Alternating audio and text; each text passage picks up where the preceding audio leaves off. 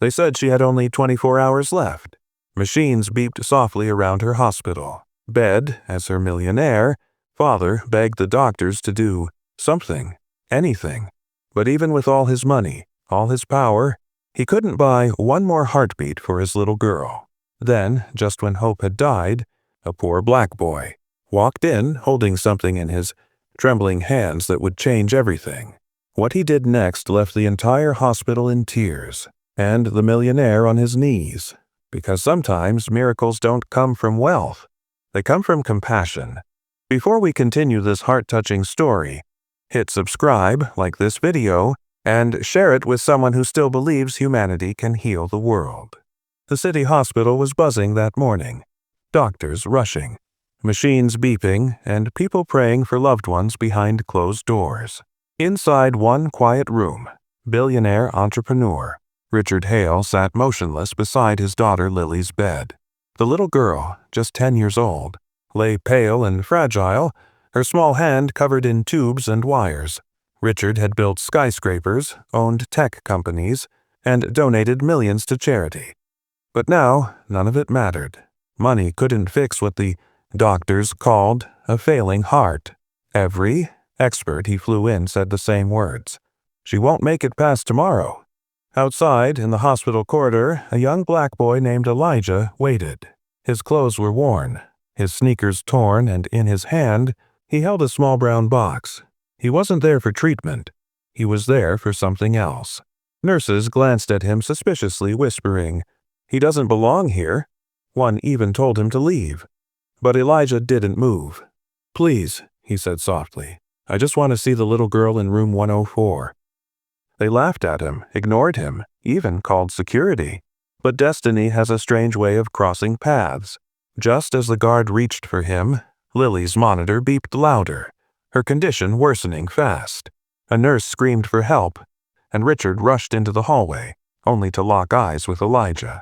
That one look changed everything, because the boy who stood there, trembling, was carrying something far more powerful than money. A story, a connection, and a reason that would soon heal a heart both literally and spiritually. Richard froze for a moment, confused by the sight of the boy standing in the hospital hallway. Elijah looked barely 12, too young to carry the kind of sadness that lived in his eyes. "What are you doing here, son?" Richard asked, his voice cracking with exhaustion and fear. Elijah hesitated. "Sir, I heard about your daughter. I think I can help her." A nurse scoffed. "You help her? This isn't some playground game, boy." The tone of boy hit Elijah hard, a word that carried centuries of weight. But he didn't flinch. He simply opened the small brown box in his hands. Inside was an old photograph, folded and worn. A picture of a smiling woman in a nurse's uniform holding a baby girl. "That's Lily," Elijah whispered. "And that's my mom holding her." Richard's breath caught. He snatched the photo, staring at it. His memory rushed back, and 10 years ago, before his fame and fortune, his wife had been hospitalized after giving birth. A kind nurse had cared for their newborn like her own child. That nurse was Elijah's mother. "She saved my daughter once," Richard murmured, eyes wet. "But how?" Elijah interrupted softly. "She passed away last year. But before she died, she told me something. She said, 'One day, help the little girl with the brave eyes. She'll need you.'" The room went silent. Nurses exchanged looks, unsure what to say. But Richard couldn't stop staring at the boy. "Help her? How could you possibly?" Then Elijah pulled out a small card. "Because I'm a perfect heart donor match. My mom got me tested when I was little. She said I might be the one." Richard's face went pale. "That's impossible," he whispered. "You're a child. You could." Elijah looked straight into his eyes. "I don't want her to die. She smiled at me once. When my mom worked here, she gave me her candy and said I was her friend. I never forgot that." For a moment, the entire world stood still. Doctors, nurses, and Richard all stared at the boy who spoke with such pure innocence that it shattered every wall of prejudice around them. Then, from the corner of the room, someone muttered, "He's just doing this for money." Elijah turned to face the nurse, tears glistening but his voice steady. "No, ma'am. Some of us don't need money to do what's right." The words hung in the air like a strike of thunder. Even Richard felt his chest tighten. All his life he had judged people by power, position, and color. And now, the person offering to save his child was the one society often ignored. As the clock ticked, doctors rushed to verify the compatibility. Hours felt like days. Finally, one doctor emerged, shaking his head in disbelief. "Sir, the tests confirm it. He's a perfect match. If we move quickly, she has a chance." Richard's knees nearly gave way. He turned to Elijah, trembling. "You'd do this, knowing what it means?" Elijah smiled gently. "My mom said God doesn't measure people by skin. He measures hearts." That sentence, simple, pure, broke Richard completely. He dropped to his knees, clutching Elijah's small hands, whispering, "I don't deserve this kindness." Elijah replied, "Maybe not, but Lily does." And in that moment, as doctors prepared the emergency transplant, the world witnessed something rare. Not charity, not pity, but grace. The boy they'd once ignored became the bridge between life and loss. And soon, every person in that hospital would learn that sometimes. Miracles come wrapped in the smallest hands and the darkest skin.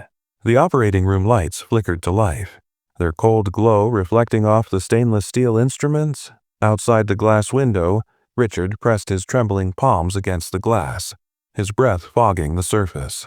Behind that wall, 2 lives were hanging in the balance, his daughter Lily and the boy who had chosen to save her.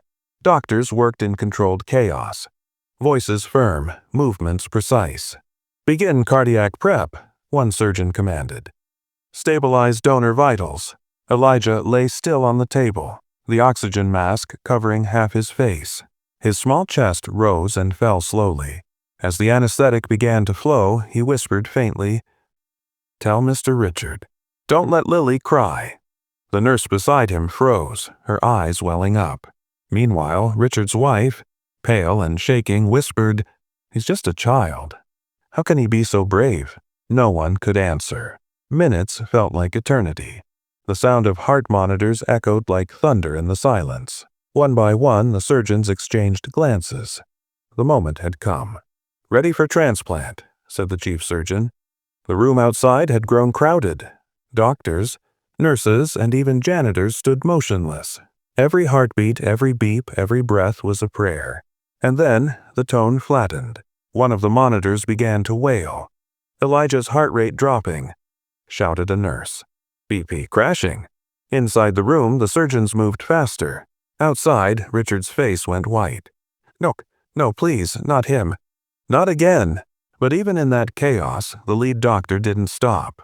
"We're proceeding. His heart's viable. Transplant now." The doors swung closed again, and as the heart monitor continued its steady scream, a strange, heavy silence filled the hallway. When the doors finally opened hours later, a single phrase escaped the doctor's lips, soft, trembling. The surgery was a success. Lily was alive, breathing. Her small hand twitched, clutching the blanket, but Richard's eyes searched the room for Elijah. "Where's the boy?" he asked. No one spoke. The doctor hesitated. He didn't make it. His heart. It was too weak after the extraction. He gave everything. Richard fell to his knees, sobbing uncontrollably. "He saved my daughter, and I couldn't save him." The same nurse who once looked down on Elijah now whispered through her tears, "He was the bravest soul I've ever seen." At that moment, even the machines seemed to quiet, as if honoring the sacrifice of a child who proved that love and humanity have no color. When the doctors rushed back into the ICU, they could hardly believe what they were seeing. The monitors that had been showing a fading heartbeat now showed a steady rhythm, strong, alive, defying every medical prediction. The millionaire's daughter, Emily, opened her eyes weakly and whispered a single word. "Where's Jamal?" Jamal, the poor black boy who had donated his bone marrow, was lying in another hospital room, his small body still recovering from the painful procedure.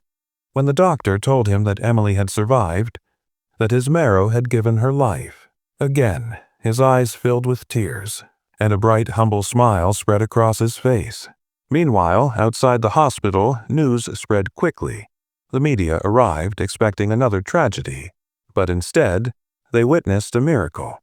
Cameras captured Emily's father, the same man who once turned Jamal away from his mansion gate because of his skin color, now standing at the boy's bedside, his hands trembling.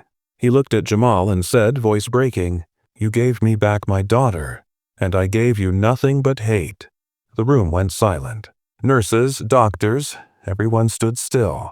Jamal, with his soft voice and innocent smile, simply said, "Sir, my mom always said love isn't about color. It's about the heart." The father broke down in tears. For the first time, the billionaire who thought he had everything realized that the greatest wealth isn't money, it's humanity. Days later, Emily and Jamal met in the hospital garden. She handed him a bracelet made of simple wooden beads. "It's a friendship bracelet," she said, "because now your heart beats inside me." That moment changed the city. The story spread across social media. 2 children, one white, one black, showing the world what real compassion looks like.